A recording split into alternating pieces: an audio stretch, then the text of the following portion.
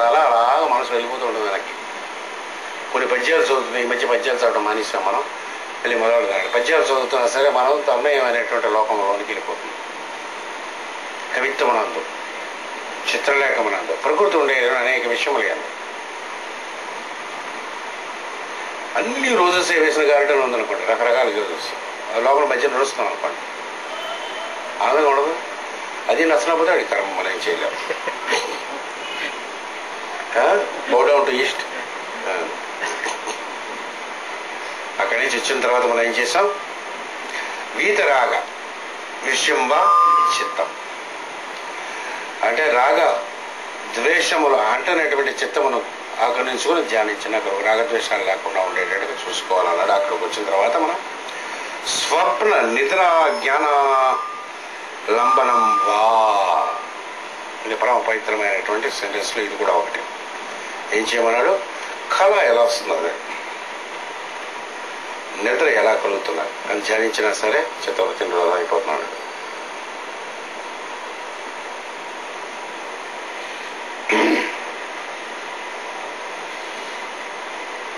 ఈ భూమి ఏదో నిద్ర యందు ఉండేటటువంటి వాటిని మినరల్స్ అంటారు. వాటి యొక్క ప్రజ్ఞ నిద్రాస్థితిలో ఉంటుందో వాటన్నిటిని మినరల్స్ అంటారు. ఏవైతే స్వప్న స్థితిలో ఉంటాయో వాటి అన్నిటి కూడా ప్లాంట్స్ అంటారు. ప్లాంట్స్ స్వప్న స్థితి అని ఉంటాయి. మినరల్స్ నిద్రాస్థితి అని ఉంటాయి. ఈ రెండు మనం తింటూ ఉంటాం నిరంతరం. మినరల్స్ తినం, ఉప్పు, పులుపు, కారం, ఇవి కూడా మినరల్స్.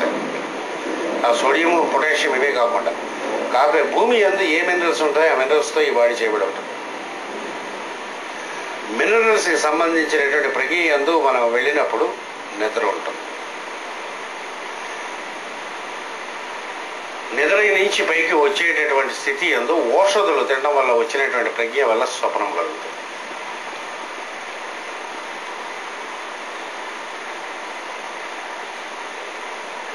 ధ్యానం చేయాలన్నాడు.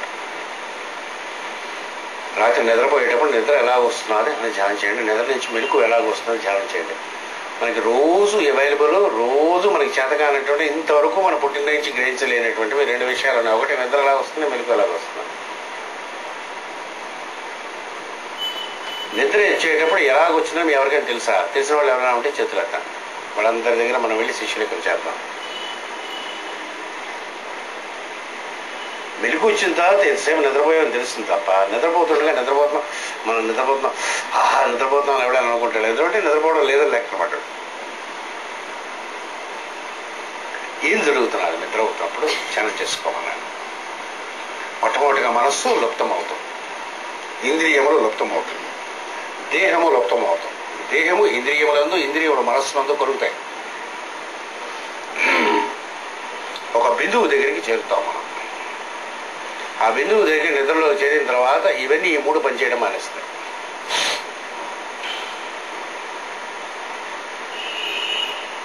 ధ్యానం చేయండి అన్నాడు. ఒక సంవత్సరం 2 సంవత్సరాలు ధ్యానం చేస్తే చిత్తవృత్తి వచ్చేస్తుంది. మనిషి అనేటటువంటి వాడికి నిద్ర పరమ ముఖ్యమైనటువంటి సార్ నిద్ర కానీ 1 రోజులు నిద్రపోకుండా చూడండి అన్నాడు. మరో పిచ్చెక్కిపోయి ఏం చేస్తున్నారో తెలియక ఒంటి నిండా పొక్కుల్లాగా వచ్చేసి పిచ్చెక్కిపోయి అయిపోతాడు, చచ్చిపోతాడు. మెలుగు ఎంత ముఖ్యమో నిద్ర అంత ముఖ్యమైనటువంటి, సృష్టి ఎంత ముఖ్యమైనటువంటిదో లయం అనేటటువంటి అంత ముఖ్యమైనటువంటి.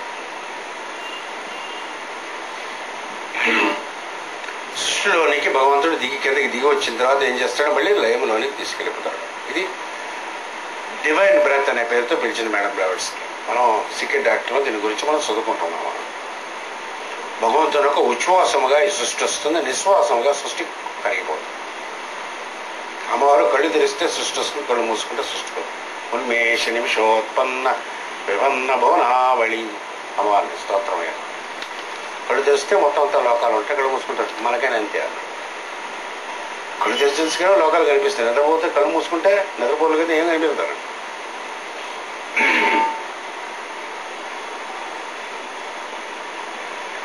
రెండు సంఖ్యలు అనేటటువంటివి సృష్టి ముందు సృష్టి తర్వాత ఉండేటువంటి రెండు సంఖ్యలు అంటారు. వీటిని ప్రాబ్లం పవిత్రమైనటువంటి సంజీవోపాసన దీని అందే ఉన్నది రహస్యంలోని కూడా. పొద్దున తూర్పుడు ఎలాగ ఉదయిస్తున్నాడు భగవంతుడు అయినటువంటి సూర్యుడు, రాత్రి ఎట్లు అస్తమిస్తున్నాడు. బుధగ్రామస్యేవయం భూత్వా భూత్వా ప్రలీయతే రాత్యా గమే అవశ్యపాత్ ప్రభవస్య హరాగమే. భగవద్గీత యందు పరమ పవిత్రమైనటువంటి మంత్రం అలాంటి శ్లోకం.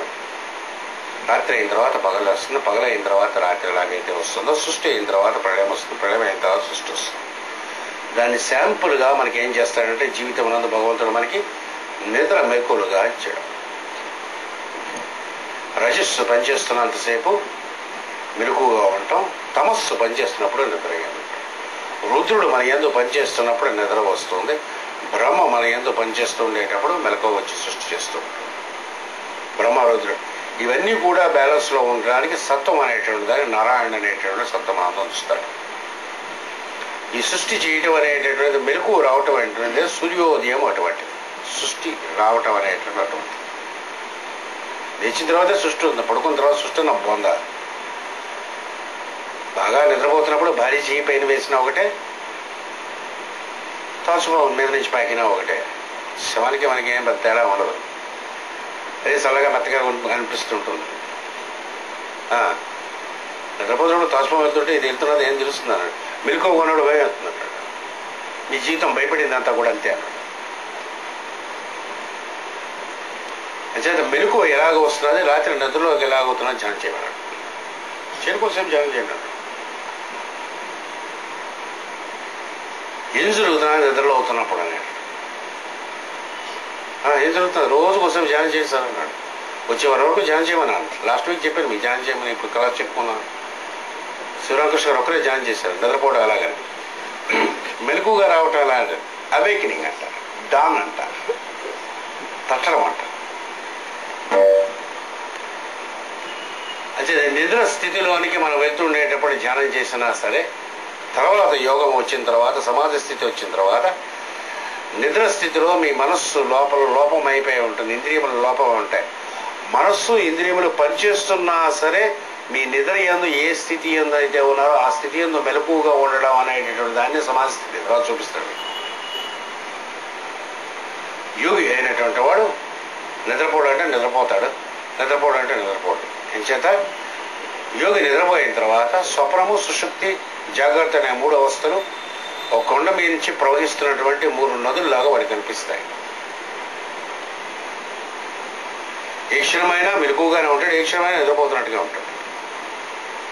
పాకలపాటి గురువు గారు నుండివారు ఆ పడుకున్నారు అనమాట. ఇలాగా ఏం బాబు లేచేవారు, ఎప్పుడు లేచినా ఏం బాబు లేచేవాడు. అని పడుకున్నాడో లేదో తెలియదు.